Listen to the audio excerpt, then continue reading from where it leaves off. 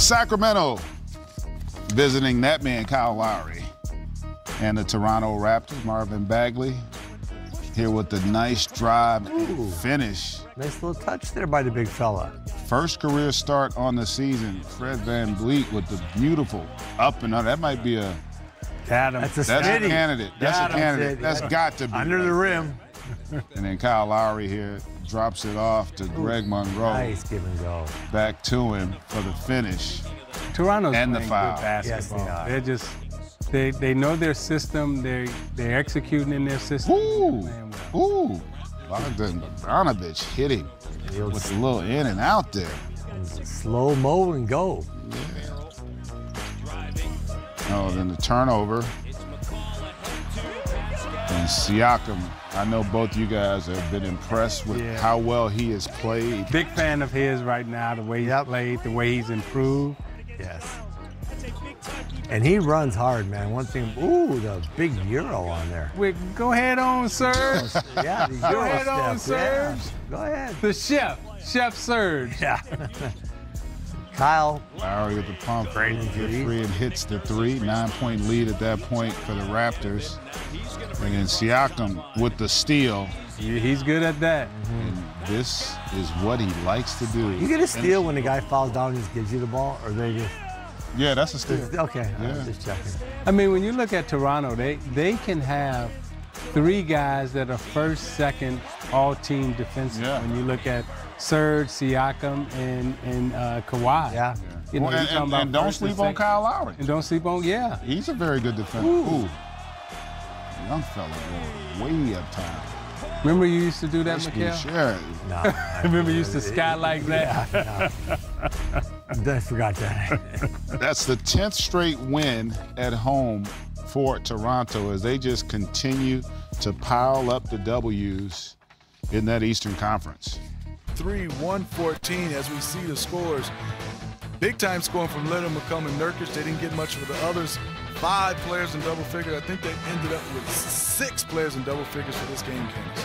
Well, I mean, if you see, one of the statistics that wasn't seen on this side is the 16 steals that the Thunder had, tied a season high, and that's what it was the entire night. It was those intangibles that didn't show up on the stat sheet. And this was a good one. This will be the game of the day for NBA TV, and we're going to throw it out to 3D Candace, our other partner who caught up with Paul George. Here's a tweet. Look at this. I love this. Every time a player says players only. Boy, 3D, what a fantastic job. What a season we had. Candace, rookie getting a chance to work. We're missing our partner, GA. We are. We had to step up over there, but wonderful season. Everybody upstairs, Bert Bondi, Dora Marshall, everybody here. It was fun. Fantastic season. No, it was a great rookie season for me. My vets didn't treat me too bad. Brought a couple donuts and, you know, didn't. some coffee, When? some vino. Okay, there you go. You did. But we had a good time. Back to you, GA. Guys, thanks. It has been an incredible run thus far in terms of players only here on NBA TV, but there was also a little breaking news that Adrian Wojnarowski came out with. Memphis seriously considering moving one of their franchise players, Mike Conley Jr. or Marc Gasol. They have made it known that those two guys are on the block. Yeah, and I think Conley can help somebody. You know, and I know those salaries both are very hefty. I don't know if Memphis will be able to get back what they're looking for by trading both those guys. However, if Conley gets with the right team, you know, that he can be a game changer in terms of putting a team over the top with his play, particularly a team that's close to trying to break through in terms of getting to the Eastern Conference Finals or getting to the finals. He can definitely, if he joins one of the right teams, he can definitely take one of those teams there. No question. Both those guys can play on good teams because both those guys at any given night can be the 4th or 5th option and not bother them at all and still be effective. You know, as a 4th, 5th option, they still get 12, 13 points. You know, Gasol can get 8, 9 rebounds, 4 or 5 assists and be fine with it. The problem is that You know, I'm not sure. Memphis is going to want draft choices back, really high draft choices. Yeah. Memphis will want young talent back. I just don't know if there's going to be a team that's going to fit. It's almost like they made this decision too late. Yeah, I hear you. Yeah, because I just don't know who's going to fit the mold of a really young team. These guys don't fit with really young teams that are rebuilding. They fit with really good teams that have a chance to win, and the really good teams that have a chance to win just don't seem to have the assets that you think Memphis would want. So they're kind of in a tough spot, but I like both these guys. Both these guys are pros. Both these guys are professionals. I'm more lean towards Conley than I do. I think Gasol, he can still pass, he can still play the perimeter, make shots, but defensively wise, the league is kind of changing away from the bigger centers like the more active guys are more effective right now. But I like them both.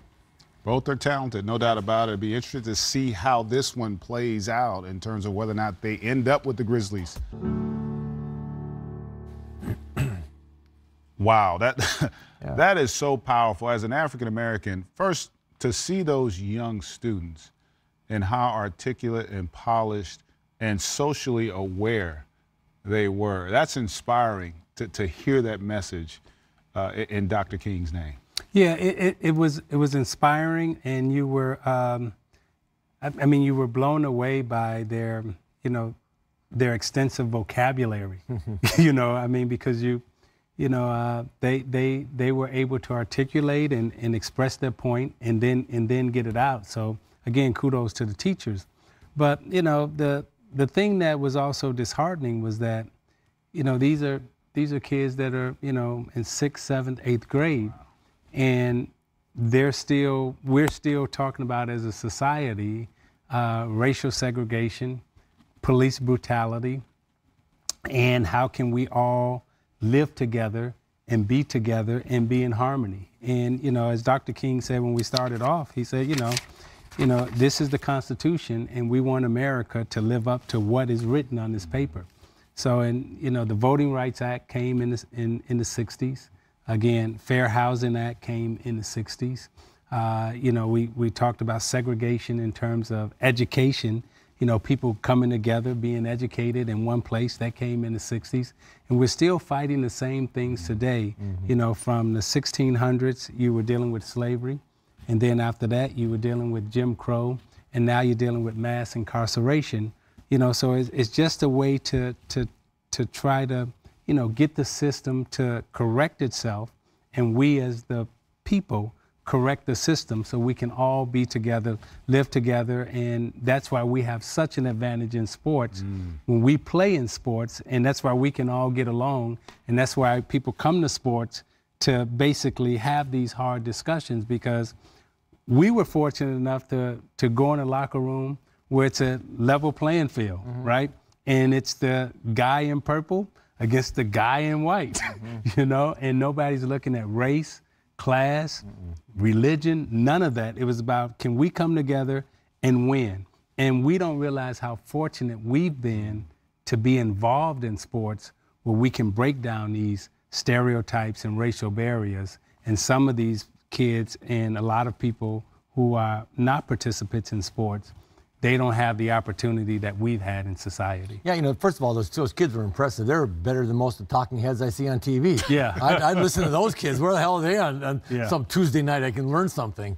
And Zeke, and I were talking about this the other day. It's almost like we're more polarized now. We were talking about back in the 70s when we were, going to college and just everything. And it just seems like it's almost more polarized now. That everybody's getting in their corner, and it's like this community's here, this community's here, and they can't interact. I mean, it was so different. We had this discussion the other day just about how you walk in the locker room. There's black guys, there's white guys. You all get along, and I never thought about color ever.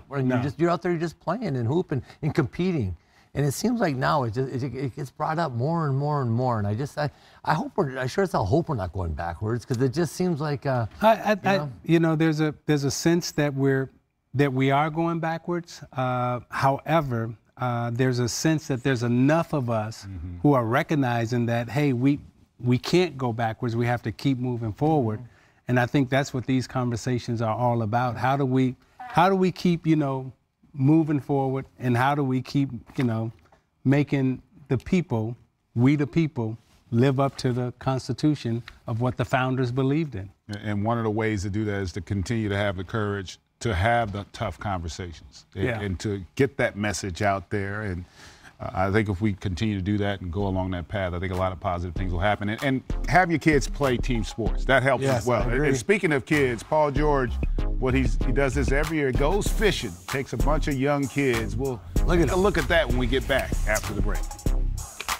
Welcome back, Paul George, doing it on both sides. Game high 20 in that first half, and there with the impressive block in transition. Welcome to the American Express halftime report. Greg Anthony here with the Hall of Famers, Isaiah and Kevin. Guys, thoughts on that first half in terms of what you saw from the Thunder?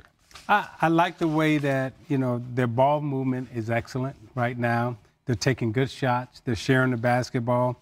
And right now they're playing winning basketball offensively and defensively.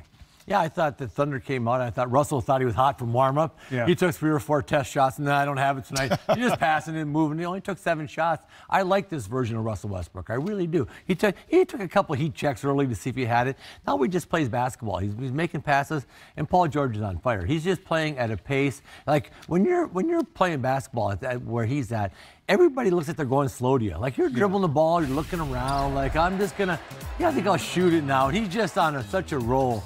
And I like to see a guy just get hot like this and keep filling it up. Yeah. And what he's doing also, guys, it takes a lot of energy to score at this level, but he still brings it defensively every night as well. Yeah, and I mean, in our league right now, he Kawhi Leonard, they're like the ultimate two-way players. And, we forget to say Klay Thompson a lot, but, Klay is in that group also. But, those guys, they bring it every night on both ends of the court, and you respect that. Yeah. And they guard the other team's top guys. When the guy gets hot, they say, put me on him, coach. So they love the challenge. Those guys, boy, having those guys on their team is huge. You guys talked a little bit about Westbrook. His evolution, is it fair to say maturation at that position? Because he seems to be almost a pass-first guy. Yeah, I mean, when we talk about maturation, we always compare it to the physical as opposed to the mental. But his mental maturation has been, fantastic in this league. He's passing the basketball well. Mm-hmm. He's become a very unselfish player. He's not judging himself by how many points he scores, but he's judging himself by how many points he helped others score, which makes a big difference. And you just talked about, the maturation of him. How about he's coming down and he sees Adams, but what does he want to do? He wants to give Adams space. He crosses over to here to drop the ball back here to give Adams all that room. Yeah. You're playing at he's playing chess at that point. You're not playing checkers. Checkers, the guy just throws it behind. Everyone's a big jumble. Yeah. He decided out there that he was going to cut across the lane to give Adams space. Again, he and George are playing mentally at a really nice pace. Yeah. And I think, honestly, part of Russell thinking, I don't have to lead the league in scoring, has eased his mind and made him a better passer. I mean, because he's always had the talent, but now he's adding, just like I say, just that little move there. I'm like, man, when you're a big guy, I played with Tiny Archibald. They were the best guys because they just created the space for you. It was fun to play with. Yeah. Now listen, Portland down 7, but they're there in part because of the rebounding, plus 12 on the backboard, and Nurkic has been solid for him in that first half. Yeah, you know what? I was kind of surprised that Nurkic was able to get off a little bit on Adams, because Adams is so strong, a physical player. But you saw him right there. He's sprinting the floor, boxes him out, stops the break. And again, the big guys have got to get in the paint. Just him being in the paint like that stops all kinds of penetration. He's there, and again, now you're going to have your hands full here when the ball goes up, because you got to go fight, and you got to fight Adams. And Adams is a great offensive rebounder. So I'm just impressed again with him. He gets in here. Actually, Adams travels right there, but he gets up and gets a hand on it. His ability to get back in the paint and cover up, I just think that helps you guard so much. Because as a guard, if you see a big guy standing in here, just chest towards you, waiting. It makes everybody more passive. So he's done a really nice job defensively, and offensively gets to the open spots. He just knows how to play off those guys. He gets the open spots, hits the boards. I'm liking Nurkic. I just need to see him do this every single night with this amount of energy, this amount of effort. And I think when he's playing against a guy like Adams, he gets to use the physical elements of the game that he's not used to using against other players because the game is officiated so differently. So big guys, y'all have like judo moves, I call.